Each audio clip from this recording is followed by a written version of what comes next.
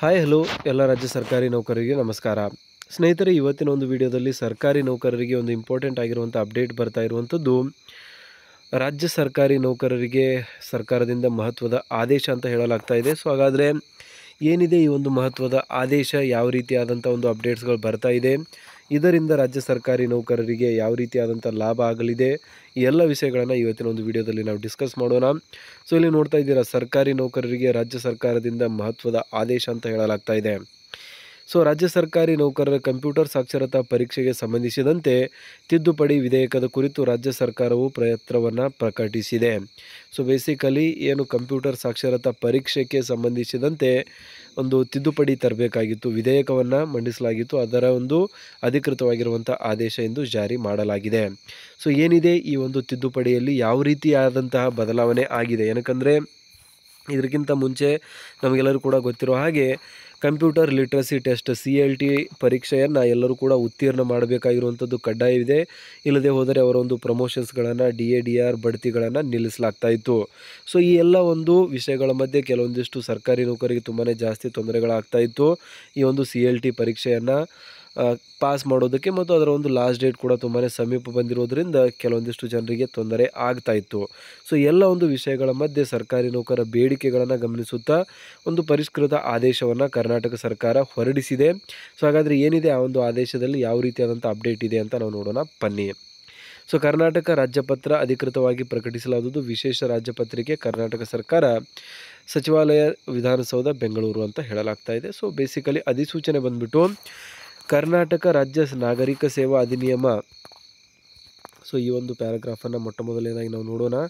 1978 8ನೇ ಪ್ರಕರಣದೊಂದಿಗೆ ಓದಲಾದಂತೆ 3ನೇ ಪ್ರಕರಣದ 1ನೇ ಉಪಪ್ರಕರಣದ ಮೂಲಕ ಪ್ರದತ್ತವಾದ ಅಧಿಕಾರಗಳನ್ನು ಚಲಾಯಿಸಿ ಕರ್ನಾಟಕ ಸರ್ಕಾರ ರಚಿಸಿರುವ ಕರ್ನಾಟಕ ನಾಗರಿಕ ಸೇವಾ ಕಂಪ್ಯೂಟರ್ ಸಾಕ್ಷರತಾ ಪರೀಕ್ಷೆ ನಿಯಮಗಳು 2012ಕ್ಕೆ ತಿದ್ದುಪಡಿ ಮಾಡುವ ಸಲುವಾಗಿ ಈ ಕೆಳಗಿನ ನಿಯಮಗಳ ಕರಡನ್ನು ಸದರಿ ಅಧಿನಿಯಮ 3ನೇ ಪ್ರಕರಣದ 2ನೇ ಉಪಪ್ರಕರಣ A ಖಂಡ ಮೂಲಕ ಅಗತ್ಯಪಡಿಸಲಾದಂತೆ ಇದರಿಂದ ಬಾಧಿತರಾಗುವ ಸಂಭವನೀಯ ಎಲ್ಲ ವ್ಯಕ್ತಿಗಳ ಮಾಹಿತಿಗಾಗಿ ಈ ಮೂಲಕ ಪ್ರಕಟಿಸಲಾಗಿದೆ ಮತ್ತು ಸದರಿ ಕರಡನ್ನು ಅಧಿಕೃತವಾಗಿ ರಾಜ್ಯಪತ್ರದಲ್ಲಿ ಪ್ರಕಟಿಸಿಕೊಂಡು ಇದೆಲ್ಲ ಕೊಟ್ಟಿದ್ದಾರೆ. ಓಕೆ.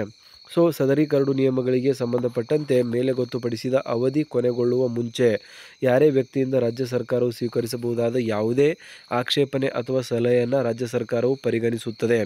ಆಕ್ಷೇಪಣೆಗಳು ಮತ್ತು ಸಲಹೆಗಳನ್ನು ಸರ್ಕಾರದ ಕಾರ್ಯದರ್ಶಿ, ಸಿಬ್ಬಂದಿ ಮತ್ತು ಆಡಳಿತ ಸುಧಾರಣಾ ಇಲಾಖೆ, ವಿಧಾನಸೌಧ, ಬೆಂಗಳೂರು 560001 ಇವರಿಗೆ ಸಲ್ಲಿಸತಕ್ಕದ್ದು ಅಂತ ಮಾಹಿತಿಯನ್ನು ಕೊಟ್ಟಿದ್ದಾರೆ. ಸೊ ಇದು ಜಸ್ಟ್ ಒಂದು ಪ್ರಿಯಂಬಲ್ ಅಂತ ನೀವು ಅಂದ್ಕೊಳ್ಬೋದು. ಇನ್ನು ಮುಂದೆ ಆ್ಯಕ್ಚುಲ್ ಆಗಿರುವಂಥ ಒಂದು ಪಾಯಿಂಟ್ಸ್ಗಳಿದೆ, ಯಾವ ರೀತಿಯಾದಂಥ ಬದಲಾವಣೆಗಳು ಆಗಿದೆ ಅಂತ. ಸೊ ಕರಡು ನಿಯಮಗಳು ಏನು ಹೇಳುತ್ತೆ ಅಂತ ನಾವು ನೋಡೋಣ ಬನ್ನಿ. ಶೀರ್ಷಿಕೆ ಮತ್ತು ಪ್ರಾರಂಭ 1. ಈ ನಿಯಮಗಳನ್ನು ಕರ್ನಾಟಕ ನಾಗರಿಕ ಸೇವಾ ಕಂಪ್ಯೂಟರ್ ಸಾಕ್ಷರತಾ ಪರೀಕ್ಷೆ ತಿದ್ದುಪಡಿ ನಿಯಮಗಳು. ಸೊ ಬೇಸಿಕಲಿ ಇಲ್ಲಿ ಹೇಳ್ತಾ ಇರುವಂಥದ್ದು 2025 ಎಂದು ಕರೆಯತಕ್ಕದ್ದು. ಇದಾದ ನಂತರ ಈ ನಿಯಮಗಳು ಅಧಿಕೃತ ರಾಜ್ಯಪತ್ರದಲ್ಲಿ ಅಂತಿಮವಾಗಿ ಪ್ರಕಟಗೊಂಡ ದಿನಾಂಕದಿಂದ ಜಾರಿಗೆ ಬರುವಂಥದ್ದು. ಅಂದರೆ ಇವಾಗ ನಿನ್ನೆ ತಾನೇ ಇದು ರಿಲೀಸ್ ಆಗಿರುವಂಥದ್ದು ಅಥವಾ ಪ್ರಕಟಗೊಂಡಿದೆ, ಹಾಗಾದರೆ ನಿನ್ನೆಯಿಂದ ಇದು ಜಾರಿಗೆ ಬಂದಿದೆ ಅಂತಲೇ ಅರ್ಥ. 2ನೇ ಒಂದು ಪಾಯಿಂಟ್ ಏನು ಹೇಳ್ತಾ ಇದೆ ಅಂದರೆ ನಿಯಮ 2ಕ್ಕೆ ತಿದ್ದುಪಡಿಯನ್ನು ಮಾಡಲಾಗಿದೆ. ತುಂಬ ಇಂಪಾರ್ಟೆಂಟ್ ಆಗಿರುವಂಥದ್ದು, ನಿಯಮ 2ಕ್ಕೆ ತಿದ್ದುಪಡಿ ಮಾಡಲಾಗಿದೆ. ಯಾವ ರೀತಿಯಾದಂಥ ತಿದ್ದುಪಡಿ ಅಂದರೆ ಕರ್ನಾಟಕ ನಾಗರಿಕ ಸೇವಾ ಕಂಪ್ಯೂಟರ್ ಸಾಕ್ಷರತಾ ಪರೀಕ್ಷೆ ನಿಯಮಗಳು 2012 ಇದರಲ್ಲಿ ಇನ್ನು ಮುಂದೆ ಸದರಿ ನಿಯಮಗಳೆಂದು ಉಲ್ಲೇಖಿಸಲಾಗಿದೆ. ನಿಯಮ 2ರಲ್ಲಿ ದಿನಾಂಕ 31/12/2024 ಒಳಗೆ ಎಂಬ ಪದ ಮತ್ತು ಅಂಕಿಗಳ ಬದಲಿಗೆ ದಿನಾಂಕ 31/12/2025 ಒಂದು ಸರ್ಕಾರಿ ನೌಕರಿಗೆ ಬೇಸಿಕಲಿ ಆ ಒಂದು ದಿನಾಂಕದವರೆಗೆ ಈ ಒಂದು ಪರೀಕ್ಷೆಯನ್ನು ಪಾಸ್ ಮಾಡೋದಕ್ಕೆ ಅವಕಾಶವನ್ನು ಕಲ್ಪಿಸಲಾಗ್ತಾ ಇದೆ. ಅಂದರೆ ಅದರ ಒಂದು ಅವಧಿಯನ್ನು ವಿಸ್ತರಣೆ ಮಾಡಿದ್ದಾರೆ ಈ ವರ್ಷದ ಒಂದು ಅಂತ್ಯದವರೆಗೆ. CLT ಸರ್ಕಾರಿ ರಾಜ್ಯ ಸರ್ಕಾರದಿಂದ ಮಹತ್ವದ ಆದೇಶ ಅಂತ ಹೇಳ್ತಿದ್ದಾರೆ. ಈ ಮೇಲ್ಕಂಡ ಪತ್ರದಲ್ಲಿ ಕರ್ನಾಟಕ ರಾಜ್ಯ ನಾಗರಿಕ ಸೇವಾ ಅಧಿನಿಯಮ ಈ ಒಂದು ಪ್ರಕರಣ, ಉಪಪ್ರಕರಣ ಎಲ್ಲವೂ ಕೂಡ ನಾವು ನೋಡಿದ್ದೀವಿ. ಸೊ ಇದಾದ ಮೇಲೆ ರೊಳಗೆ ಎಂಬ ಪದ ಮತ್ತು ಅಂಕಿ ಅಂಶಗಳನ್ನು ದಿನಾಂಕ 1/1/2025 ಜಾರಿಗೆ ಬಂದಿವೆ ಎಂದು ಭಾವಿಸಿ ಪ್ರತಿಪಾದಿಸತಕ್ಕದ್ದು. ಅಂದರೆ ಅದರ ಒಂದು ಡೇಟನ್ನು ಎಕ್ಸ್ಟೆಂಡ್ ಮಾಡಲಾಗಿದೆ ಅಂತ ಅರ್ಥ.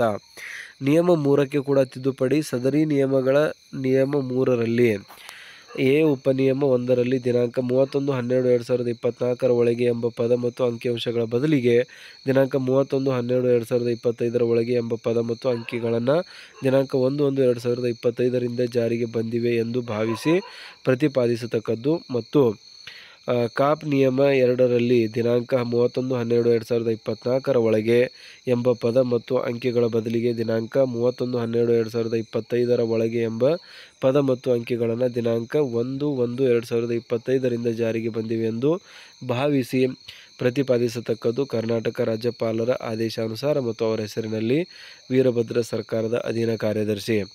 ಸೊ ಬೇಸಿಕಲಿ ಕರಡು ನಿಯಮಗಳ ಬಗ್ಗೆ ಆಲ್ರೆಡಿ ನಾವು ನೋಡಿರುವ ಹಾಗೆ ಅದೇ ಒಂದು ಪಾಯಿಂಟ್ಸ್ಗಳನ್ನು ಇಲ್ಲಿ ಹೈಲೈಟ್ ಮಾಡಲಾಗ್ತಾ ಇರುವಂಥದ್ರ ಬಗ್ಗೆ ನೀವು ನೋಡಿದ್ದೀರಾ. ಸೊ ಹಾಗಾಗಿ ರಾಜ್ಯ ಸರ್ಕಾರಿ ನೌಕರರಿಗೆ ಒಂದು ಅಧಿಕೃತವಾಗಿರುವಂಥ ಆದೇಶವನ್ನು ಇಲ್ಲಿ ರಿಲೀಸ್ ಮಾಡಿದ್ದಾರೆ ಕರ್ನಾಟಕ ಸರ್ಕಾರದ ಕಡೆಯಿಂದ ಕಂಪ್ಯೂಟರ್ ಸಾಕ್ಷರತಾ ಪರೀಕ್ಷೆಗೆ ಸಂಬಂಧಿಸಿದಂತೆ.